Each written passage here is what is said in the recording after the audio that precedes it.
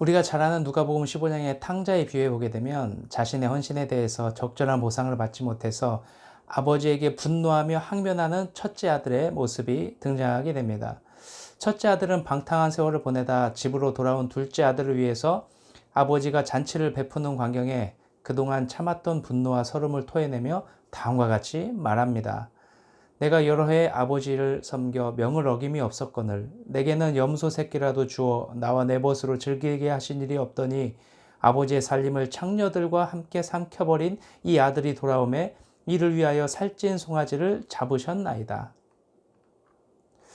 오늘 본문을 묵상하면서 포도원 주인에게 적절한 보상을 해주길 항변하는 품꾼들의 모습과 탕자의 비유에 등장하는 첫째 아들의 모습이 너무 닮아 있다는 생각이 들었습니다. 첫째 아들이나 품꾼들은 자신이 노력한 만큼의 보상을 생각하고 있었지만 자신의 생각과 달리 적절한 보상이 이루어지지 않아 그에 대해 아버지나 주인에게 분노하며 항변하고 있습니다. 그런데 이 모습이 누구와 많이 닮아 있는 것 같지 않습니까? 헌신에 대한 적절한 보상을 기대하면서 신앙생활을 하는 우리의 모습과 어쩌면 너무나 닮아 있는 것 같습니다. 우리가 믿음을 잃고 영적 슬럼프에 빠지는 이유를 곰곰이 생각해 보면 대부분 하나님께 요청했던 기도의 제목들이 나의 뜻대로 응답되지 않았을 때입니다. 교회를 위해 헌신하고 하나님의 일에 누구보다 앞장서서 최선을 다했지만 우리에게 돌아온 것은 풍성한 열매가 아닌 여러 가지 문제들이었습니다. 그럴 때마다 우리는 자신의 과오를 돌아보며 자책하거나 하나님을 향해 항변을 하기도 하고 때로는 부족한 믿음을 탓하기도 했습니다. 그러나 이것은 하나님께서 결코 우리에게 원하시는 것이 아닙니다. 오늘 본문은 하나님의 마음에 대해서 오해하고 있는 사람들에게 예수님께서 비유를 통해 구원과 천국에 대한 하나님의 절대적인 주권과 은혜에 대해서 교훈하는 말씀입니다. 본문에서 포도원 주인은 품꾼들에게 정당한 품삯을 약속하고 일을 맡기게 됩니다. 그리고 성경의 표현으로 제30경에 놀고 서 있다고 표현된 사람들, 이들은 사실 로마 식민 통치하에서 일자리를 구하지 못해 실업자가 된 사람들이었습니다. 이 사람들에게도 동일하게 품삯을 약속하고 일을 주게 됩니다. 그리고 낮 12시와 오후 3시에도 일자리를 구하지 못한 사람들에게 품삯을 약속하고 일을 주게 됩니다. 그리고 마지막으로 오후 5시에도 장터로 나가 하루 종일 기다려도 일을 구하지 못한 사람들에게 품삯을 약속하고 일을 주게 됩니다. 주인의 입장에서 보면 큰 손해가 아닐 수가 없습니다. 아침 일찍부터 일을 맡겨서 일에 대한 최대한의 효율을 내는 것이 주인의 입장에서는 이득이 될 것입니다. 그런데 오후에 일을 맡긴다면 일을 할 수 있는 시간이 매우 부족하게 되어서 효율성이 떨어지게 됩니다. 더 나아가서 일을 끝마칠 때쯤에 일을 맡긴다는 것은 주인의 입장에서 볼 때 매우 큰 손해가 아닐 수가 없습니다. 그럼에도 불구하고 주인은 일을 구하지 못하고 있는 사람들에게 동일하게 일자리를 제공했습니다. 그리고 모든 일꾼들에게 동일하게 품삯을 지급하게 됩니다. 그런데 여기서 문제가 발생하게 됩니다. 아침 일찍부터 일한 일꾼들이 이후에 참여한 일꾼들도 동일한 품삯을 받게 되자 주인에게 이의를 제기하며 항변하게 됩니다. 그들은 아침 일찍부터 일한 자기들과 1시간밖에 일하지 않는 일꾼들이 동일한 품삯을 받는 것은 매우 불공평하다고 항의하게 됩니다. 노력한 시간에 대해서 적절한 보상을 해줄 것을 요구하는 것입니다. 사실 현대 사회적 관점에서 봤을 때 이들의 항의는 어쩌면 타당한 것입니다. 일한 만큼 보수를 받는 것이 우리 사회가 공통으로 지향하는 공정성입니다. 만약 우리가 품꾼들과 비슷한 경우를 겪게 된다면 우리도 아마 품꾼들처럼 공정성에 대해서 이의를 제기하고 항의를 하게 될 것입니다. 그런데 포도원 주인은 공정성에 대한 품꾼들의 항의를 수용하지 않고 자신이 했던 약속에 대한 정당성에 대해서 이야기를 합니다. 사실 오늘 본문 서두에 보면 주인은 아침 일찍부터 포도원 경작에 참여한 일꾼들에게 한 데나리온을 품삯으로 지급할 것을 약속했습니다. 그리고 이것을 약속한 그대로 이행했습니다. 품꾼들은 약속한 보수를 받았지만 그럼에도 불구하고 주인에게 항의를 했습니다. 왜 그랬을까요? 그것은 그들이 자신보다 적게 일한 일꾼들이 동일한 보수를 받는 것을 시기했기 때문입니다. 오늘 본문의 품꾼들의 모습을 보면서 우리의 여러 가지 모습이 비춰지게 됩니다.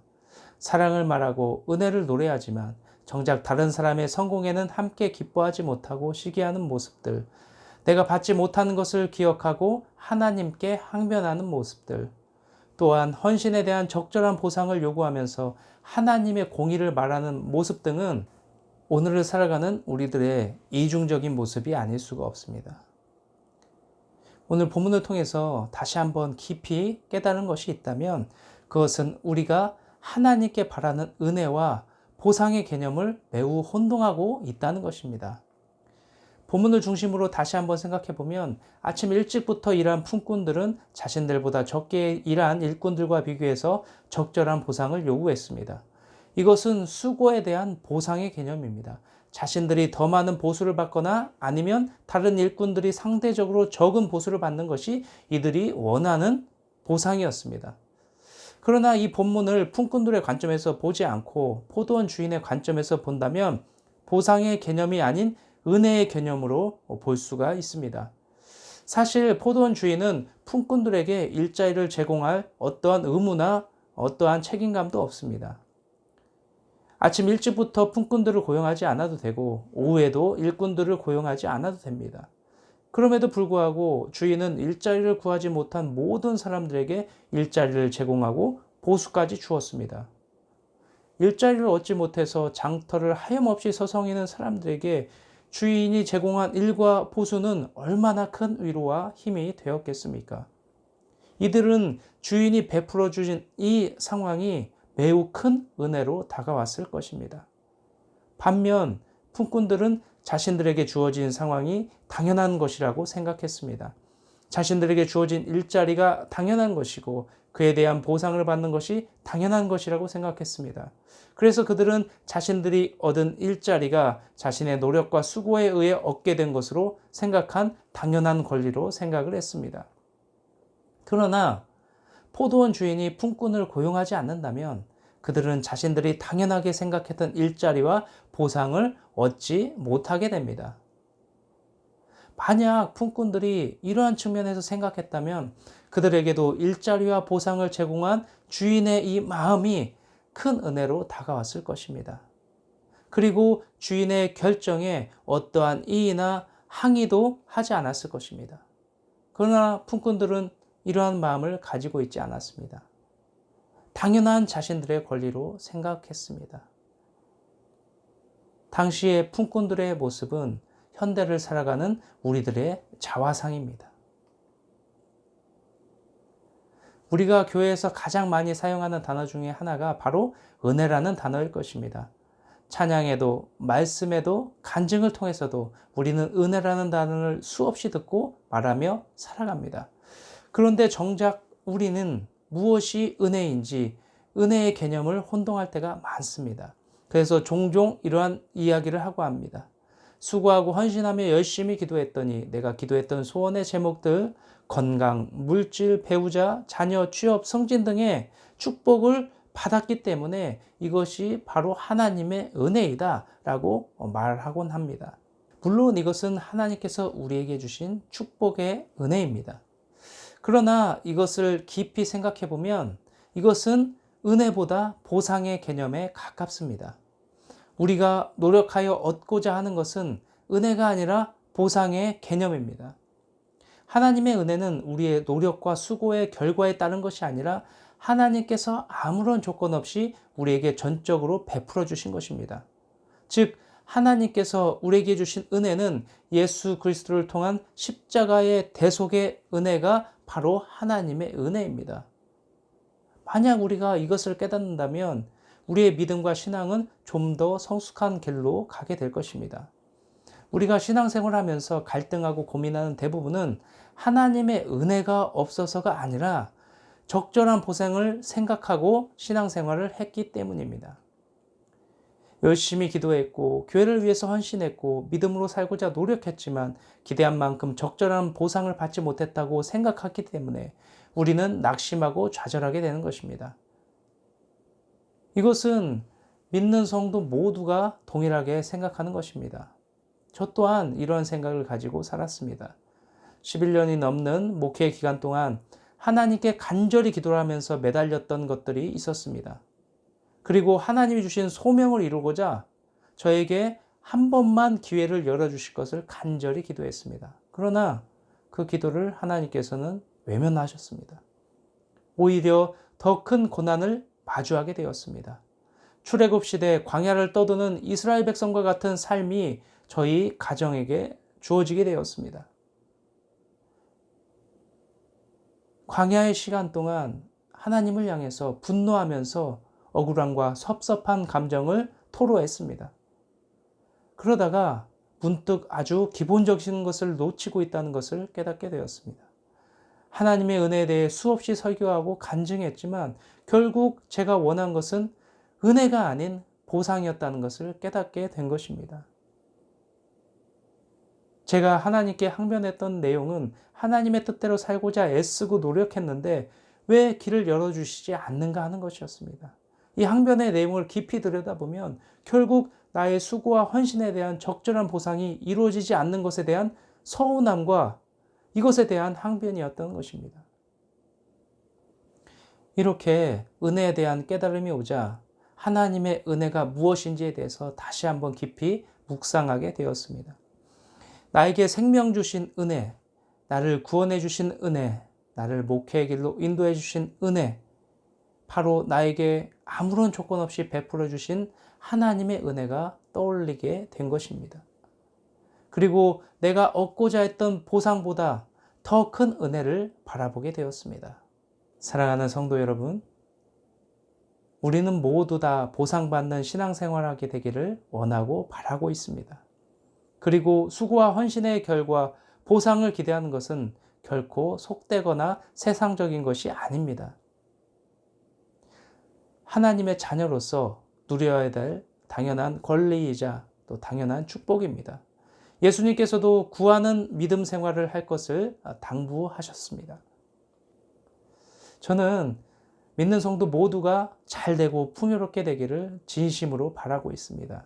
그래서 무엇보다 나누는 삶을 살게 되길 진심으로 바라고 있습니다. 그러나 우리가 신앙생활에서 더 주목하고 더 바라야 할 것은 바로 보상보다 하나님의 은혜입니다. 우리가 하나님의 은혜를 더욱더 깊이 사모하고 바라본다면 우리는 받지 못하는 것에 대한 미련과 낙심으로 시간을 허비하는 일을 겪게 되지 않을 것입니다. 그러나 만약 우리가 보상의 개념으로 신앙생활을 하게 된다면 우리는 결국 은혜보다 행위에 초점을 맞추는 신앙생활을 할 수밖에 없게 됩니다.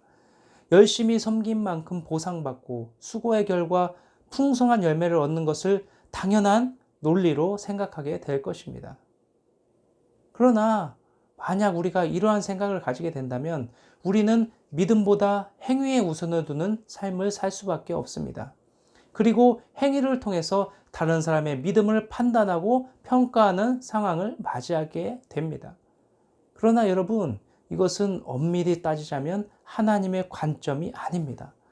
더욱이 천국을 바라보는 관점도 아닙니다. 이것은 당시 율법주의자들이 가졌던 관점이었습니다. 율법주의자들은 행위를 통해 보상을 받고 행위를 통해 구원을 얻는다고 생각하고 그것을 가르쳤습니다. 그래서 육체적 질병을 가지고 있는 사람들은 자신의 부정한 행위나 부모나 조상의 죄 때문이라고 가르쳐 왔습니다. 그리고 자신들과 비교해서 다른 사람들의 신앙을 평가하고 판단하며 정죄하는 일들을 서슴지 않았습니다. 그러나 예수님께서는 이러한 율법주의자들 향해서 외식하는 자들이라고 마음에는 하나님이 없는 자들이라고 비난하며 책망하셨습니다. 우리는 이것을 기억해야 합니다. 오늘 본문에서 품꾼들의 항변에 주인은 약속한 대로 자신의 약속을 틀림없이 이행했음을 이야기하고 있습니다. 그리고 나서 품꾼들에게 한 가지 깊은 메시지를 던져줍니다.